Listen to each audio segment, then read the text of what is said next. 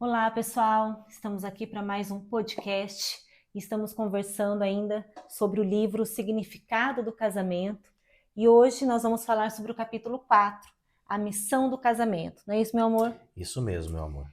E a gente precisa falar um pouquinho sobre isso para entender que, tanto na vida particular como na vida no casamento, todos nós precisamos de uma missão, né? Um foco, um objetivo, senão a vida ela se torna muito vazia, muito pobre. Então, nesse podcast a gente vai conversar um pouquinho sobre isso. E aí nós vamos para o nosso texto, que é Efésios 5, os versículos 25 a 27, que diz assim: Maridos, ame cada um a sua mulher, assim como Cristo amou a igreja e entregou-se por ela, para santificá-la, tendo-a purificado pelo lavar de água mediante a palavra, e para apresentá-la a si mesmo como igreja gloriosa, sem mancha, nem ruga ou coisa semelhante, mas santa e inculpável. E nesse capítulo 4, né, Keller ele vai trazer algo mais prático para o casamento e trazer para a gente qual que é a finalidade do casamento, qual que é o propósito do casamento.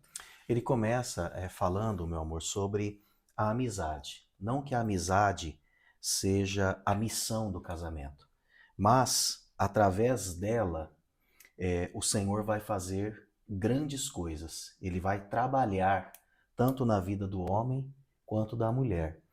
É importante que os jovens entendam isso, que antes de serem boas esposas ou bons maridos, eles precisam, no namoro e no noivado, aprender a serem bons amigos. É verdade. Porque como você vai casar com um cara que não é o seu amigo?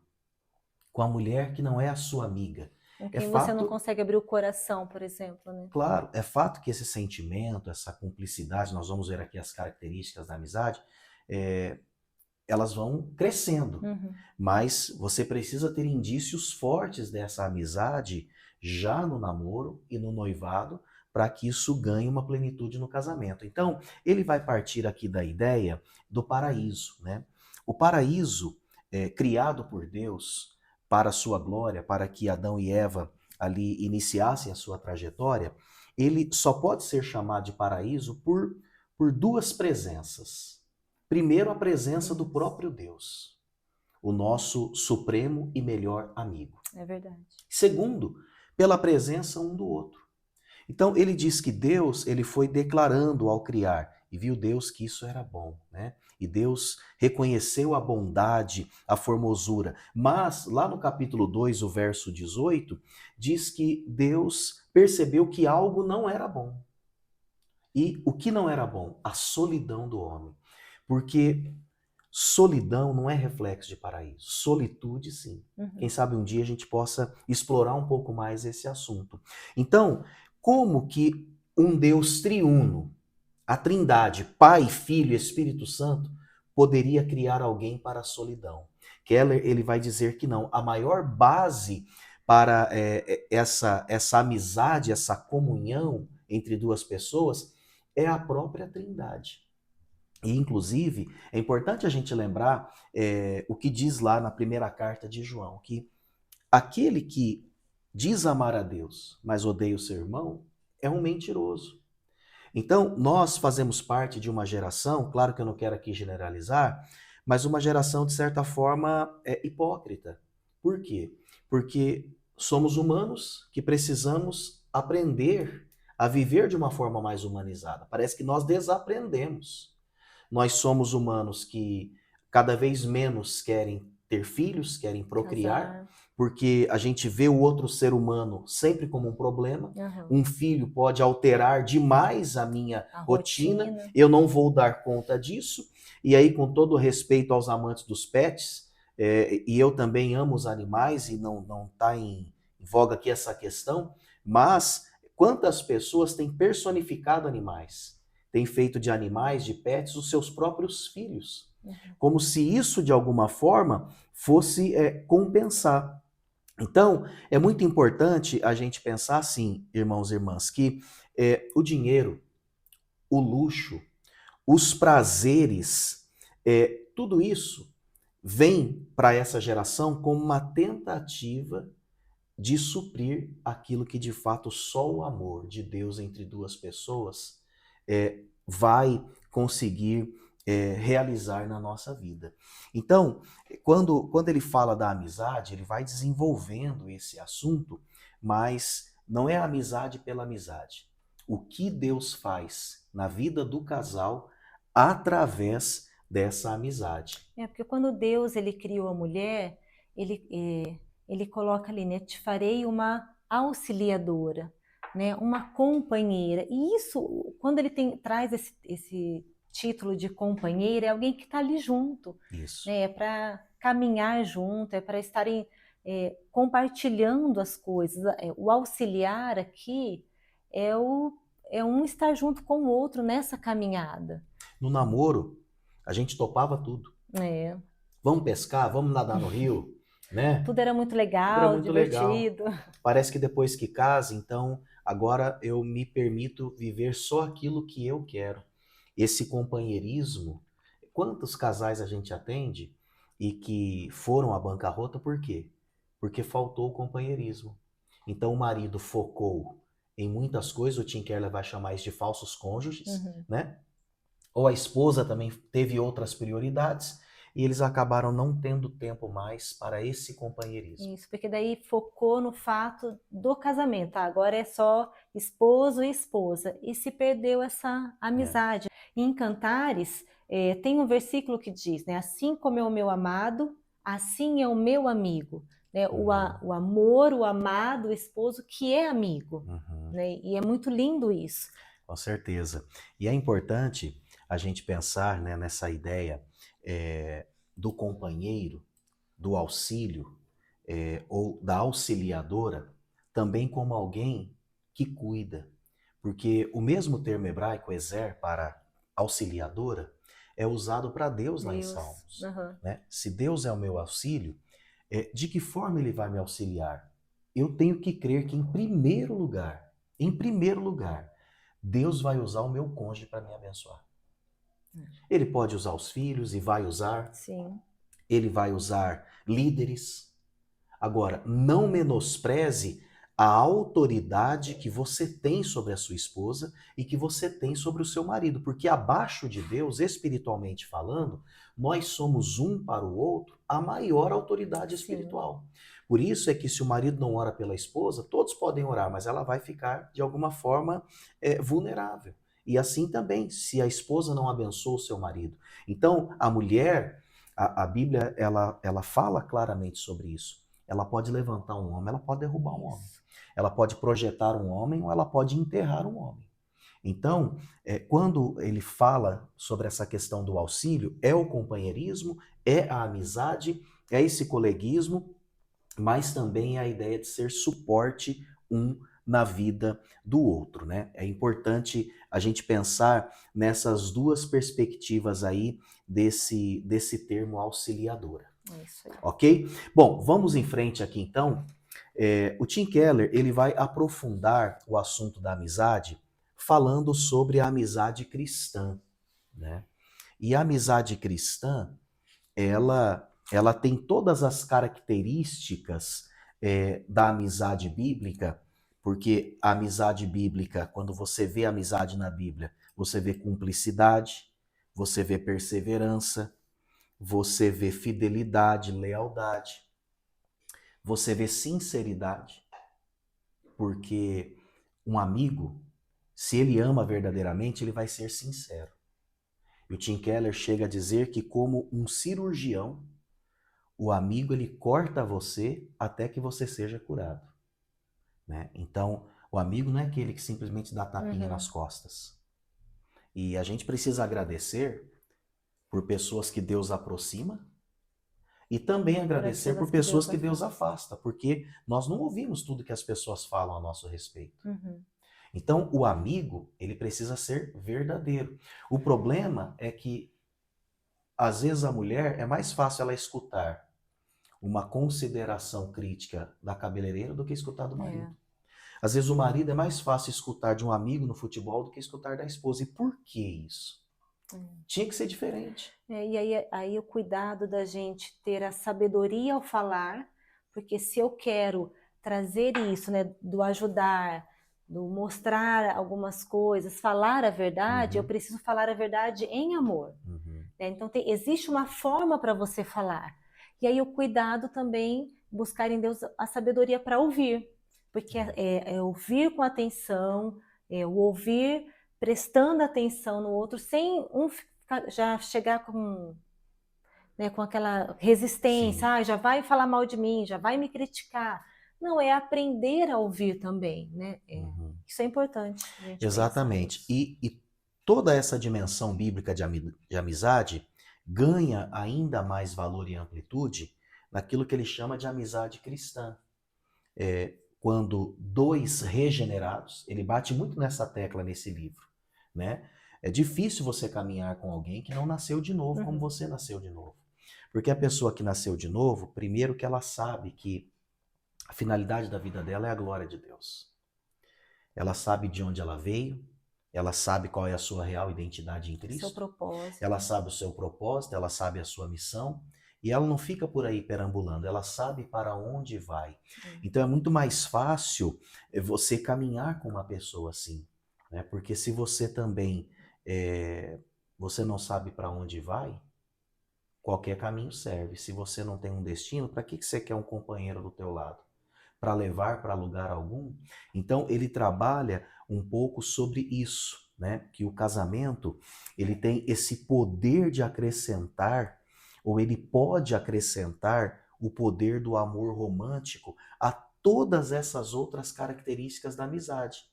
Então, além de tudo isso, da cumplicidade, da lealdade, da sinceridade, no casamento, você pode ter no seu amigo seu amante.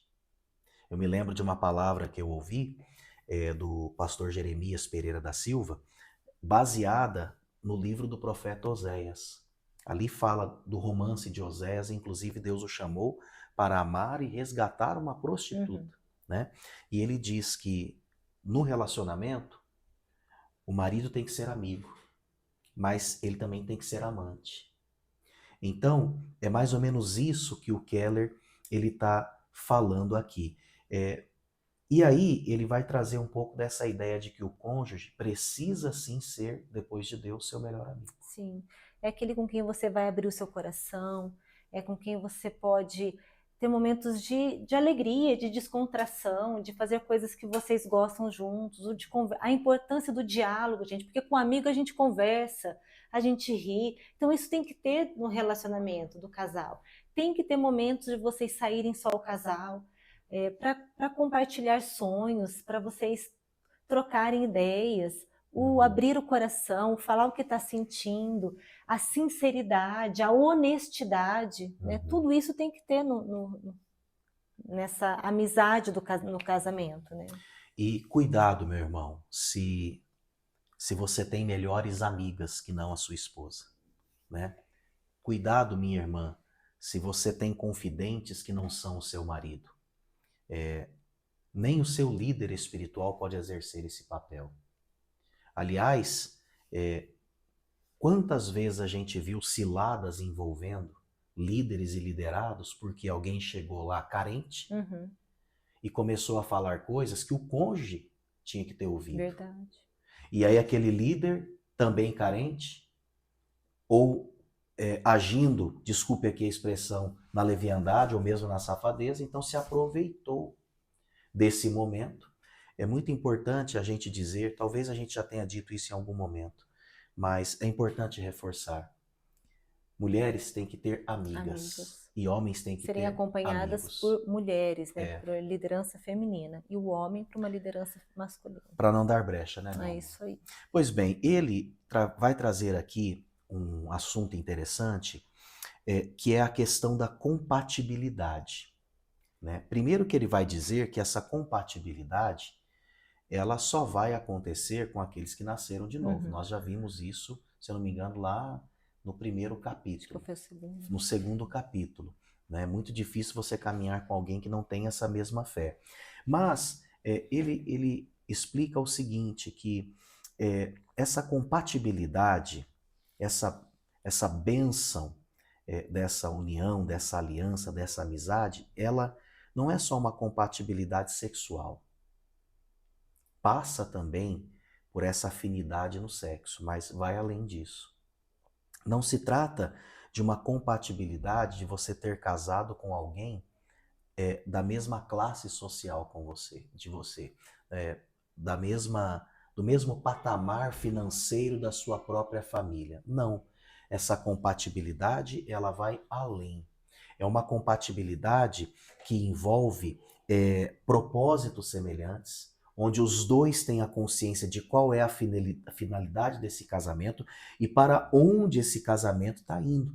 E eu até tentei citar uma frase aqui, mas eu quero falar ipsis literis aqui o que o Tim Keller cita. Ele diz o seguinte: quem não vai a lugar algum não pode ter companheiros de viagem. E a Bíblia diz isso: como andarão dois juntos se não estiverem de comum acordo, né? Então, essa compatibilidade a gente precisa buscar, meu amor, principalmente tentando identificar pontos comuns, pontos que nos unem, pontos que nos fortalecem e não nos desgastarmos tentando achar pontos que são divergentes, que são diferenças. Ele até cita, né, a amizade como a simpatia, né, no sentido de ser simpático, né, daí o termo que traz a ideia de paixão em comum. Né? Então, entender isso. O que essas amizades, o que nós temos em comum? O que está nos unindo? Né? Qual é a paixão que nos une? Ele cita C.S. Lewis quando fala de um fio condutor que aproxima pessoas. Então, os relacionamentos geralmente começam assim. Eu gosto de fazer certas coisas, aquela pessoa também gosta. Então, isso já me aproxima. Ah, aquela pessoa gosta de dorama, gosta de anime. Não, aquela pessoa gosta de séries com essas características. Aquela pessoa também gosta de esporte. Então, e ele diz que muitas vezes esses fios eles são até invisíveis, mas eles aproximam. Não é por quê? Porque eles vão mostrando pontos de identificação, né? Tem a ver justamente com essa afinidade, essa paixão comum. Talvez nós estejamos falando a casais que ainda não se conhecem. Poxa, eu não tenho afinidade com o meu marido. Parece às vezes foi um relacionamento às vezes muito rápido, né? Ou às vezes com a mudança das pessoas, a gente vai mudando, e aí quando você se dá conta, você para e pensa, poxa, a gente não tem nada em comum, né? Nós não temos afinidades, e aí? Aí é a hora de se redescobrir, aí é a hora de se dar o devido tempo, né? Ou talvez as prioridades mudaram, né? Talvez esse casal foi engolido pela rotina. E aí pode ser que os dois estejam casados com falsos cônjuges. O Tim Keller, eu gostei muito dessa expressão. Peraí, mas como assim? Falsos cônjuges. Então ele diz o seguinte, que carreiras, hobbies, filhos e pais podem roubar o lugar exclusivo do cônjuge na vida do marido ou da esposa. Então ele diz, quando é que isso aí acontece? Bom, primeiro, quando o marido ou a esposa ainda está preso aos pais. E isso pode ser por dependência financeira ou psicológica, não toma decisão sem consultar os pais, prefere ouvir os pais do que ouvir a esposa. Né? Se a mãe falou alguma coisa, então a opinião da mãe, e a mãe, pela falta de sabedoria, se coloca como uma rival, ou às vezes a própria esposa, não entendendo esse contexto, também vai querer agir na sua própria força. É aí que muitas vezes você vê as brigas entre noras e sogras, entre genros e sogros, etc. Então, ele diz que essa dependência pode fazer dos pais um falso cônjuge. Ou então, a falta de perdão. Sabe aquela coisa que eu estou preso a uma situação que eu odeio muito. Enquanto eu não perdoo, é como se eu revivesse aquilo que eu vivi antes do meu casamento na casa dos meus pais. Então é necessária essa liberação, porque senão você está no casamento, mas você está carregando a tiracolo essa situação aí que te prejudicou. Ele também coloca falso cônjuge como aquelas pessoas que, ou principalmente mulheres, que preferem ser mães do que esposas. E aí não estou falando de uma necessidade prioritária que a mulher tem quando acaba de ser mãe, de cuidar de um filho, o tempo que essa criança exige.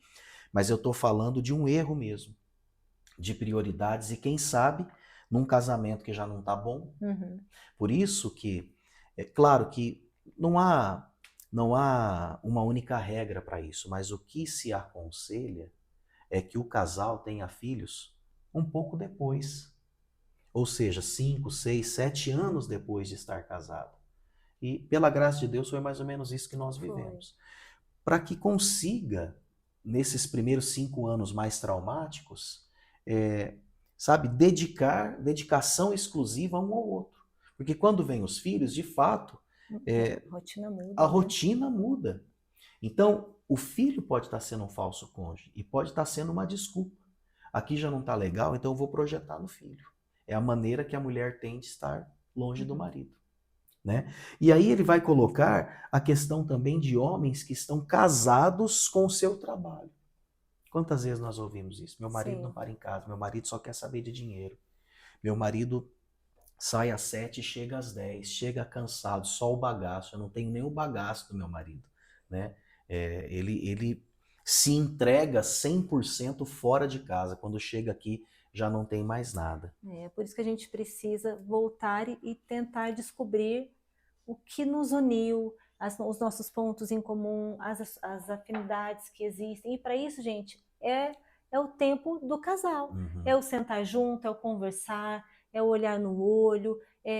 Às vezes eu vou ter que abrir mão, poxa, ele gosta disso, então eu abro mão para fazer. E aí, às vezes, a gente acaba gostando daquilo que ele também está fazendo, porque a gente vai aprendendo um com o outro. É verdade. Não é só o jeito de um, tem que ter a vontade dos dois, e a gente vai descobrindo novas afinidades.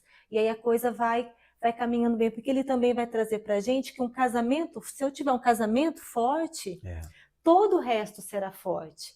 Então, quando a gente descobre as nossas afinidades, colocamos a finalidade correta do casamento, que a finalidade correta do casamento não é a felicidade, Sim. Né? É a questão da santificação, do se oferecer para o outro ali. Então, quando a gente coloca isso num lugar certo, a gente tem um casamento forte. E aí pode vir a prova que for, situações difíceis em outras áreas de nossa vida, a gente vai passar como casal, junto, um ajudando o outro, um sendo o suporte do outro, sendo o amigo, sendo aquele que vai ouvir, que vai orar junto, que vai caminhar junto. E aí a gente vai superando as dificuldades. Por isso é que a gente tem que entender que essa santificação que acontece através da comunhão no casamento, da amizade, pelo agir do Espírito, ela vem para fortalecer e não para enfraquecer. Uma correção, uma observação, um alerta do marido e da esposa tem o objetivo de fortalecer quem se ama. Por isso que a gente não pode, ficar nessa defensiva ou armados demais ao ponto de não ter maturidade para lidar com isso. Por isso é que o casamento ele tem esse poder. Por quê? Justamente ele tem o poder de nos tornar pessoas melhores. Né? E essa é a missão do casamento. E essa é a missão do casamento. Tornar o outro, nos tornar Não melhores. é a amizade em si, mas é a santificação que acontece através da amizade. Não é você que me santifica, é Deus usando também a sua vida para me tornar mais semelhante a Cristo. E nós não podemos desistir do casamento, porque o texto que nós lemos diz que Jesus não desistiu da sua igreja. Glória a Deus não por é? isso. Pelo contrário, ele vai apresentá-la sem mácula nem ruga nesse processo de santificação. Então, se você está pensando em desistir, olhe para aquele que não desistiu de você e não desistiu da família. Eu acho que a gente pode encerrar orando, Amém. realmente pedindo a bênção de Deus para todas as pessoas que nos acompanham. Pai, obrigado, Senhor, por essa conversa. Obrigado porque o Senhor nos confiou uma missão. Queremos que o nosso casamento seja um instrumento de santificação na nossa vida, para a glória do teu nome. Amém. Senhor, livra-nos do orgulho, da soberba, livra-nos da falsidade, da deslealdade, livra-nos da hipocrisia. Amém. Pai, queremos viver plenamente aquilo que a tua palavra chama de amizade e que através desse relacionamento, Pai, o Senhor nos cure. Amém, Jesus. Ainda que seja como um cirurgião que abre para poder curar, que possamos nos submeter ao teu tratamento. Amém. E como esse tratamento acontece por excelência dentro do casamento. Então que essa santificação não venha para minar, para enfraquecer, para gerar divergências, mas venha para fortalecer Amém. as relações para a honra e glória do teu santo nome. Nós queremos abençoar todas as pessoas que nos acompanham, os solteiros que possam aprender com esses princípios, os casados que também possam crescer na graça e no conhecimento do Senhor. É a nossa oração, agradecidos no nome de Jesus. Amém, amém e amém. Deus abençoe. Amém. Deus abençoe a todos vocês.